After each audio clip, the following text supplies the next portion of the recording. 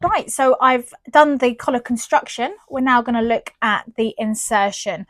So this is a flat collar. So this is going to be stitched on to the right side of the garment. Now, I constructed these collar pieces with the main fabric as the outer collar, but for demonstration purposes I'm going to flip this over because there's a nice pink contrast on the under collar which will help you see what I'm doing. So what we've got to do now is we've got to prepare both the collar pieces and the neckline. So if I just move those to one side, so you'll see that this neckline is on a curve, which means it's been cut on a bias, and the risk of sewing on a piece of fabric that has been cut on a bias is that the fibres, if you imagine the woven fibres, if they've on an angle, they're more likely to move and therefore stretch in the process of sort of construction. So what we're going to need to do is run a stay stitch around the neckline, which is good practice around anything that's got a bias, to stabilize the fabric and stop it from moving too much and stretching. So I'm going to run a stay stitch just on the outside of the seam allowance. I'm also going to look at basting the collar pieces where it's going to be inserted to the neckline, because what tends to happen if we're not too careful is that the under collar can sometimes roll out of position and you end up with this being visible. So I'm going to run a basting stitch on this and a stay stitch on that. Now, a basting stitch and a stay stitch is exactly the same setting on the machine. It's the longest running stitch you can do. The difference is that this is on a single layer with the stay stitch, and a basting stitch will encompass multiple layers. Right, so the neckline has been stay stitched and the collar has been basted.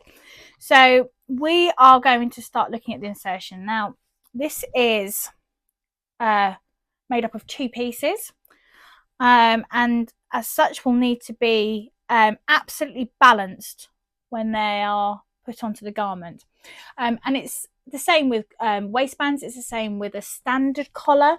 You need to absolutely make sure that you've got the center of the garment aligned. So we need to find the center of the center front in this case. Sometimes it's a center back, sometimes it's both. So what I'm going to do is I'm going to fold this over to the wrong side, and I'm going to line up my shoulder seams. And then what I'm going to do is I'm going to press flat until you get to the center front, and I'm going to give that a nice finger press. And then what I'm going to do is I'm going to take a pin and I'm going to place that into the center front, and I'm going to weave it in just so I know that's not going anywhere. So that is my center front. I've got my shoulder seams here, and I've also got the center back seam allowance here. So for the sake of the video, what I'm going to do is I'm going to place a pin in the back as well, just so that you can see what I'm doing.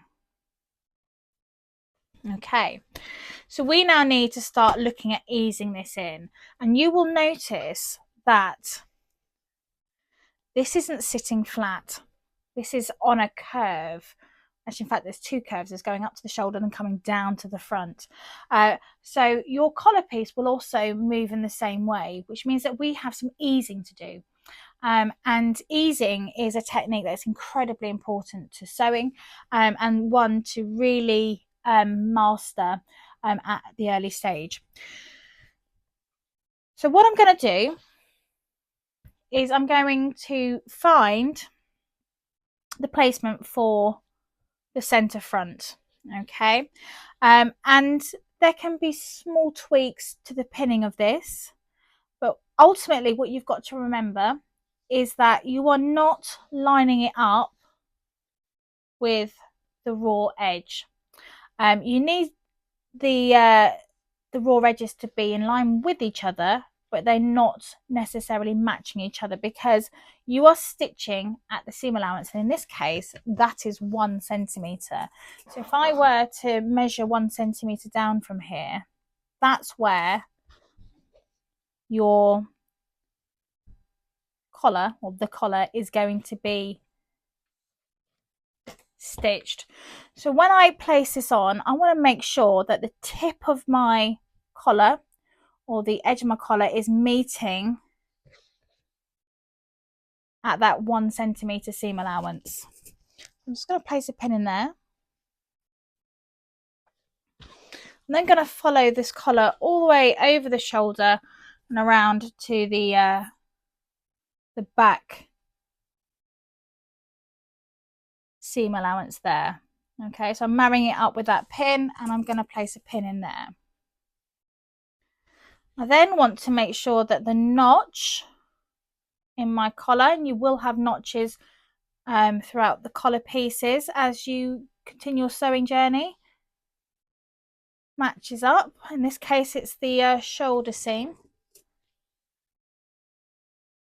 and there are your anchor pins. You know that's positioned correctly. All you've got to do now is fill in the gaps. Now there's a real temptation with sewing that when you're trying to ease something in, that you start by pinning it at one position and then you just slowly ease it in as you go. But more often than not, you end up with one layer of the fabric much longer than the other, and it won't be correct. So you need to absolutely make sure that you've got your center fronts, or your back is centered. You want to make sure that your notches are in place and that you are evenly distributing the ease, and this is called quartering.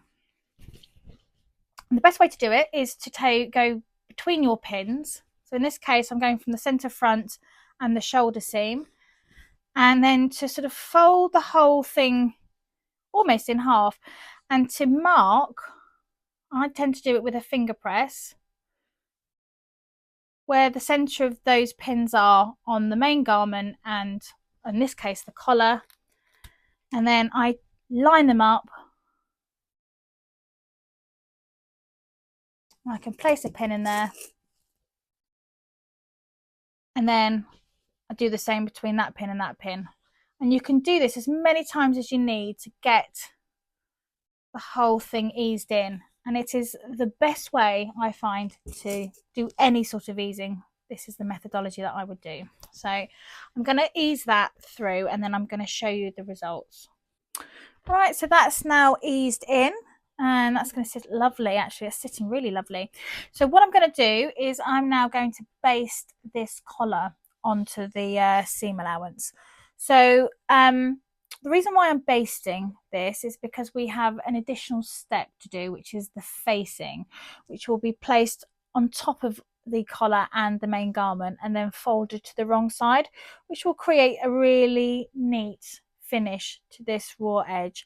So for the time being, because I don't really want to have these pins in whilst I'm doing that, I'm going to run a basting stitch inside the seam allowance, so reasonably close to the edge, and get that all secure. Right, so we're going to look at basting this in, and I guess I would say at this point it's quite important to remember that the centre front is an incredibly important part of the visual. So any mistakes that are made up here it's going to be very, very obvious. So when we're basting a collar on, or anything on a neckline, or around a bit of sort of steep bias, what's important is that you are evenly pushing out the tension. So when we baste this on, it's actually important to start from the center and work outwards on either side. So I'm going to start actually at the center point,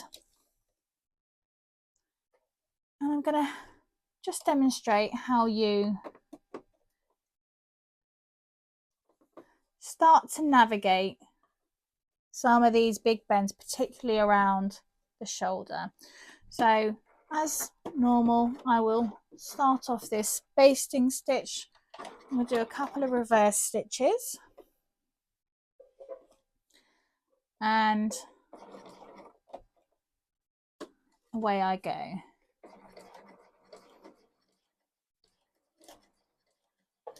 At this point, I'm not worried that I'm stitching over existing basting stitches, because these are all either going to come out or going to be layered in the seam allowance, but they're not going to be seen.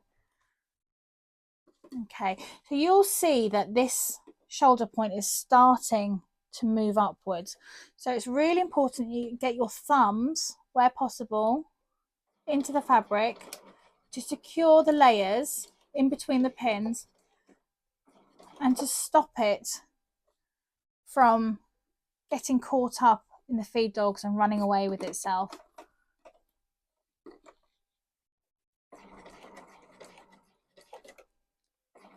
I'm taking it very slowly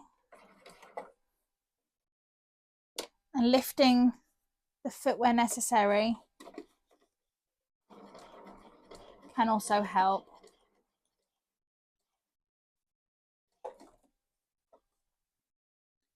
So you see this is now actually starting to balance out a bit. And I'll run that to the end.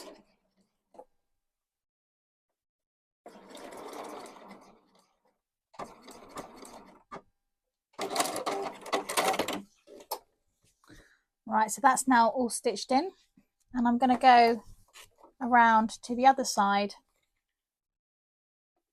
to do this bit here. So in order to get this one basted in, you either need to make a decision as to whether you sew it upside down, which is tricky but not impossible, or whether you sew it back to front. And this is going to feel very strange because a lot of sewers will be used to sewing with the main fabric on the right hand side. So obviously use your judgment, it's where applicable, but I'm just going to try and do it back to front.